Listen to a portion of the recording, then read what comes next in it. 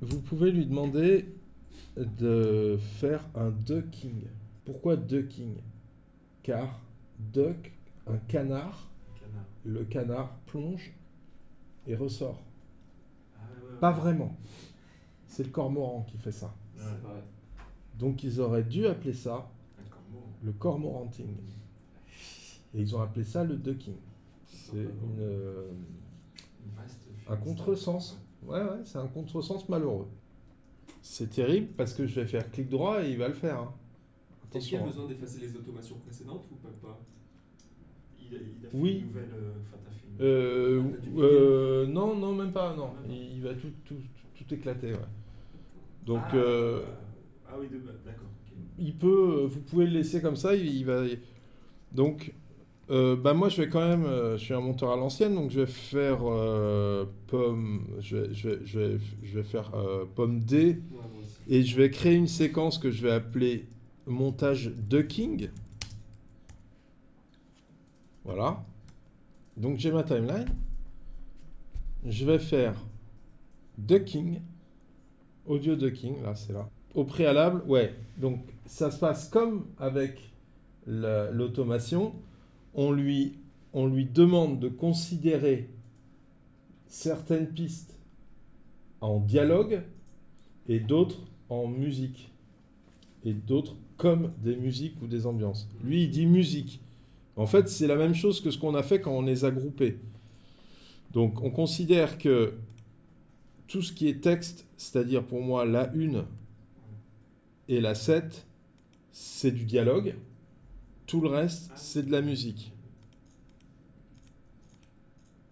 Ok? Et voilà, vous cliquez sur Duck. Pas de A27? Il vous canardise la séquence, mais il le fait de façon très très flemmarde et pas du tout opérante. Donc là, c'est nul. En fait, je fais pomme Z, on va le refaire et on va ajuster un peu les paramètres. Donc, on clique sur Ducking. Donc, on range les pistes en dialogue et en musique. OK. Et on va dans les paramètres avancés, Advanced. Ramp Time, le paramètre du bas. C'est le temps dont il a besoin pour faire un bateau montant ou descendant, une rampe. Et là, il met 25 images. C'est effroyablement long, ça fait 1 seconde. C'est beaucoup trop long si on veut un truc un peu dynamique, donc il faut baisser drastiquement le ramp time pour le mettre autour de 2, à mon avis, ou 3. 2 ou 3 frames. Quand il a un espace de 3 frames, et qu'il estime qu'il a la place, il va pouvoir faire une rampe montante. Mais il y a aussi le hold time, qui est le temps minimum pour faire un pont de musique. Ok? Et là, il est sur 50 frames. Pareil, c'est effroyablement long. Donc on le baisse à 8 frames par exemple. Moi je vous invite à le mettre sur 6 ou 10 ou 8 pour que ce soit dynamique, là encore. Ok? Et c'est au minimum 2 fois la rampe, ça c'est logique. Le troisième truc, c'est l'atténuation.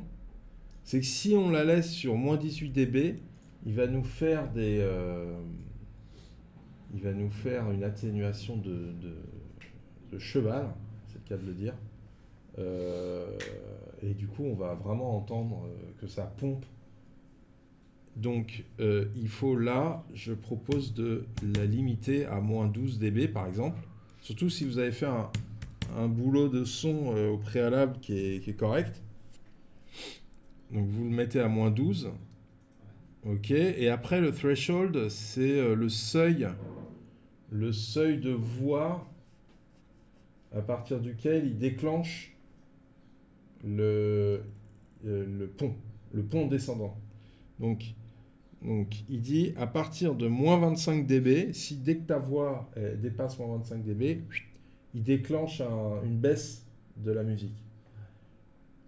Mais alors moins 25, c'est quand même bas. Et nous, là, vu nos réglages de micro, on n'est pas obligé de mettre autant, on peut mettre moins 20 ou moins 21.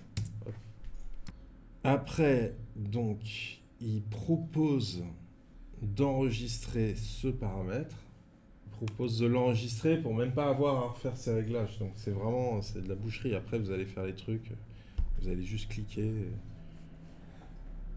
Vous pouvez faire Save Setting. Appeler ça Canard Vincent.